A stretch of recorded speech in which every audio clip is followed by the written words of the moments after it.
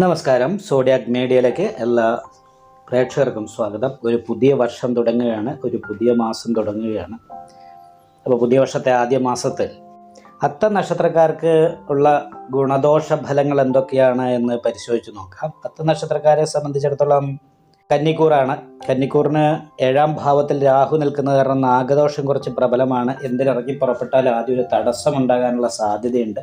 അതേപോലെ തന്നെ ഇടയ്ക്കിടയ്ക്ക് തലവേദന ഉണ്ടാകുക, വിപരീത സ്വഭാവം, സന്തോഷിച്ചിരിക്കുമ്പോൾ പെട്ടെന്ന് ടെൻഷൻ ഉണ്ടാകുക, ഇങ്ങനെയുള്ള കാര്യങ്ങൾക്ക് യോഗമാണ്. പ്രത്യേകിച്ചും 4ാം ഭാവാധിപതിയായിരിക്കുന്ന വ്യാഴം നിവർത്തി സ്ഥാനാധിപത്യം വഹിച്ച അഷ്ടമത്തിലാണ് നിൽക്കുന്നത്. അപ്പോൾ ദൈവാധീനക്കുറവും ധർമ്മദൈവകോപത്തിൻ്റെയും അവസ്ഥയുള്ളത് കാരണമുണ്ട് ചെയ്യുന്ന കാര്യങ്ങൾക്ക് തക്കതായിരിക്കുന്ന ഗുണം കിട്ടാതിരിക്കാനുള്ള സാധ്യത കൂടുതലാണ്. അപ്പോൾ നല്ല പ്രാർത്ഥന ഉണ്ടാകണം. വിഷ്ണു ക്ഷേത്രത്തിൽ നെയ്വിളക്ക്, ഭാഗ്യസൂക്ത, പുഷ്പാഞ്ജലി മുതലായിട്ടുള്ള പരിഹാരങ്ങൾ ചെയ്യണം. അതിനോടൊപ്പം നാഗപൂജ ചെയ്യണം. അപ്പോൾ ഇങ്ങനെയുള്ള വഴിപാടുകളും പ്രാർത്ഥനയൊക്കെ ഉണ്ടെങ്കിൽ മാത്രമേ വലിയ തടസ്സങ്ങളില്ലാതെ ഈ മാസം മുന്നോട്ട് പോകാനായിട്ട് സാധിക്കൂ. പ്രവൃത്തിയിൽ അനുകൂലമായിരിക്കുന്ന ഗുണമാണ് കാണുന്നത്. കാരണം കർമാധിപതി കർമ്മത്തിലേക്ക് ദൃഷ്ടി ചെയ്ത് നിൽക്കുന്ന കാരണം തൊഴിൽ മേഖലയിൽ വലിയൊരു പ്രശ്നങ്ങൾ ഉണ്ടാകാനുള്ള സാധ്യത കുറവാണ്. നേതൃസ്ഥാനാധിപത്യമൊക്കെ തൊഴിൽ മേഖലയിൽ കിട്ടാനുള്ള സാധ്യതയുണ്ട്. എന്നാൽ മാനസികമായിട്ട് കുറച്ച് ടെൻഷൻ വർദ്ധിക്കാനുള്ള യോഗമുണ്ട്. വിദ്യാർത്ഥികളെ സംബന്ധിച്ച് വിദ്യാഭ്യാസത്തിൻ്റെ കാര്യത്തിൽ ഏറ്റവും അനുകൂലമായിരിക്കുന്ന ഒരു ഗുണം അനുഭവിക്കാനായിട്ട് ഏകാഗ്രത കിട്ടുകയൊക്കെ ചെയ്യുന്നൊരു സമയമാണെങ്കിലും മാനസിക ടെൻഷൻ എന്ന് പറയുന്നൊരവസ്ഥ അകാരണമായിട്ട് ഉള്ള ടെൻഷൻ അനുഭവിച്ചുകൊണ്ടിരിക്കാനുള്ളൊരു യോഗമാണ് കൂടുതലായിട്ട് കാണുന്നത്. ശനി ഇഷ്ടസ്ഥാനത്താണ്, 6ാം ഭാവത്തിലാണ് നിൽക്കുന്നതെങ്കിലും 15ാം തീയതിക്ക് ശേഷം സൂര്യനും കൂടി 6ാം ഭാവത്തിലേക്ക് വരുമ്പോൾ അത് പരസ്പര ശത്രുക്കളായിരിക്കുന്ന ഗ്രഹങ്ങൾ ഒരുമിച്ച് യോഗം ചെയ്ത് നിൽക്കുന്നു എന്ന് പറയുന്നൊരവസ്ഥയാണ്. അപ്പോൾ ദുരിത ഭവനാധിപതി ആയിരിക്കുന്ന സൂര്യൻ ശനിയോട് യോഗം ചെയ്ത് നിൽക്കുന്ന സമയത്ത് അനാവശ്യമായിട്ടുള്ള ചെലവ് വർദ്ധിക്കാനുള്ള സാധ്യത കൂടുതലാണ്. ഉദര സംബന്ധമായിരിക്കുന്ന രോഗങ്ങൾ വരാതെ ഇരിക്കാനായിട്ട് പ്രത്യേകം ശ്രദ്ധിക്കണം. ഭവന സംബന്ധമായിരിക്കുന്ന ഗുണങ്ങൾ അനുഭവിക്കാനായിട്ട് യോഗമുണ്ടെങ്കിൽ പോലും വീട്ടിൽ നിൽക്കുന്ന സമയത്ത് ദേഷ്യം, എടുത്തിയാട്ടം പോലെയുള്ള കാര്യങ്ങൾ കൂടുതലായിട്ട് ഉണ്ടാകാനുള്ള സാധ്യതയുണ്ട്.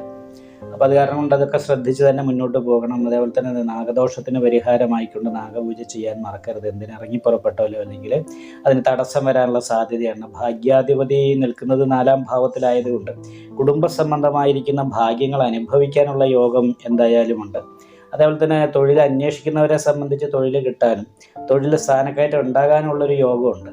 പക്ഷേ ദൈവാധീനക്കുറവ് പോലെയുള്ള കാര്യങ്ങളുള്ളത് കാരണം അത് പൂർണ്ണത വരണമെങ്കിൽ ദൈവാധീനം ഉണ്ടാകാനുള്ള പരിഹാരങ്ങളും കാര്യങ്ങളൊക്കെ ചെയ്യുകയും നല്ല പ്രാർത്ഥന ഉണ്ടാകുകയും ചെയ്യണം. അങ്ങനെയുള്ള പരിഹാരങ്ങളും പ്രാർത്ഥന മുതലായിട്ടുള്ള കാര്യങ്ങളൊക്കെ ഉണ്ടെങ്കിൽ ദൈവാധീനം വർദ്ധിക്കും. ദൈവാധീനം വർദ്ധിച്ചാൽ ഉദ്ദേശിക്കുന്ന രീതിയിൽ കാര്യങ്ങളൊക്കെ നല്ല രീതിയിൽ മുന്നോട്ട് പോകാനായിട്ട് യോഗമുണ്ട്. 7ാം ഭാവത്തിലെ രാഹു നിൽക്കുക, 7ാം ഭാവാധിപതി അഷ്ടമത്തിൽ നിൽക്കുകയും ചെയ്യുന്ന കാരണം ദാമ്പത്യ തടസ്സത്തിന് യോഗമുള്ള സമയമാണ്. ഭാര്യാഭർത്താക്കന്മാരെ തമ്മിൽ അഭിപ്രായ വ്യത്യാസങ്ങൾ പോലെയുള്ള കാര്യങ്ങൾ ഉണ്ടാകാനും പരസ്പരം അകന്ന് നിൽക്കുന്നവർക്ക് അകൽച്ച വർദ്ധിക്കാനും യോഗമുള്ള ഒരു സമയമായത് കാരണം കൊണ്ട് ശ്രദ്ധിക്കണം. അതേപോലെ തന്നെ നാഗപൂജ ചെയ്യുന്ന കാര്യത്തിൽ മുടക്കം സംഭവിക്കരുത്. ശനീശ്വരനെ ഇഷ്ടസ്ഥാനത്താണ് നിൽക്കുന്നത്. അത് കാരണം കൊണ്ട് തന്നെ ശനിദോഷത്തിൻ്റെതായിരിക്കുന്ന ദുരിതം ഇല്ല. എങ്കിലും സൂര്യൻ അവിടെ നിൽക്കുന്ന സമയത്ത് ശനി കുറച്ച് ദോഷകാരിയായി വരും. കാരണം 5ാം ഭാവാധിപതിയാണ് 6ൽ നിൽക്കുന്നത്. അവനവൻ്റെ മനസ്സ് തന്നെ അവനവന് ശത്രു എന്ന് പറയുന്നൊരു അവസ്ഥയാണ് വരിക. അപ്പോൾ അവനവൻ്റെ ചിന്തകളും പ്രവൃത്തികളും അവനവന് ദോഷമായി വരുന്നൊരവസ്ഥ. വീട് വിട്ട് നിൽക്കാനിട വരിക, വീട്ടിൽ നിൽക്കുന്ന സമയത്ത് ദേഷ്യം, എടുത്തിയാട്ടം മുതലായിട്ടുള്ള കാര്യങ്ങൾ ഉണ്ടാകുക.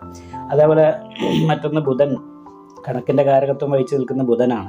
അപ്പോൾ വീടിൻ്റെ കൂട്ടിച്ചേർക്കൽ പോലെയുള്ള കാര്യങ്ങളൊക്കെ നടത്തുകയും അതുമായിട്ട് ബന്ധപ്പെട്ടിട്ട് മാനസികമായിട്ട് ടെൻഷൻ വർദ്ധിക്കാൻ ഇടവരികയും വീടിൻ്റെ കണക്ക് വ്യത്യാസം കൊണ്ടുള്ള വിഷമങ്ങൾ അനുഭവിക്കാൻ ഇടവരികയും ചെയ്യും. അപ്പം കൂട്ടിച്ചേർക്കലുകളൊക്കെ നടത്താൻ ഉദ്ദേശിക്കുന്നുണ്ടെങ്കിൽ വളരെ ശ്രദ്ധിച്ചു മാത്രം ചെയ്യാനായിട്ട് ശ്രമിക്കുക. നന്നായിട്ട് പ്രാർത്ഥിക്കുക. നേതൃത്വകാരകനായിരിക്കുന്ന ചൊവ്വ കർമ്മസ്ഥാനത്തേക്ക് ദൃഷ്ടി ചെയ്ത് നിൽക്കുന്ന കാരണം സ്ഥാനക്കയറ്റം പോലെയുള്ള കാര്യങ്ങൾക്ക് അനുകൂലമാണ്. അപ്പോൾ തൊഴിലിൽ അഭിവൃദ്ധി ഉണ്ടാകാനും ഉയർച്ച ഉണ്ടാകാനുമായിട്ടുള്ള യോഗമുണ്ട്. എന്നാൽ ഈ പറയുന്ന രീതിയിലുള്ള തടസ്സങ്ങൾക്ക് പരിഹാരമായിക്കൊണ്ട് നല്ല പ്രാർത്ഥന, വഴിപാട് ഇങ്ങനെയുള്ള കാര്യത്തിന് സമയം കണ്ടെത്താനായിട്ട് പ്രത്യേകം ശ്രമിച്ചാൽ ഈ മാസത്തിൽ വലിയ ദോഷങ്ങളില്ലാതെ അനുകൂലമായിരിക്കുന്ന ഗുണഫലങ്ങൾ അനുഭവിക്കാൻ സാധിക്കുന്നതാണ്.